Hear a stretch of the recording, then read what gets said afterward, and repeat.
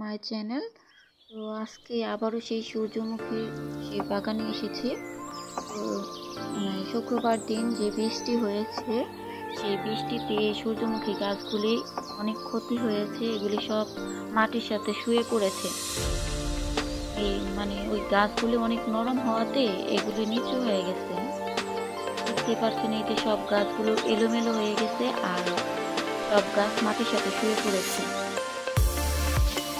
এখন মোটামুটি সব গাছে ফুল এসে পড়েছে আর মোটামুটি এখন সূর্যমুখীগুলো একটু ভালো বড় সাইজের মনে হয়েছে।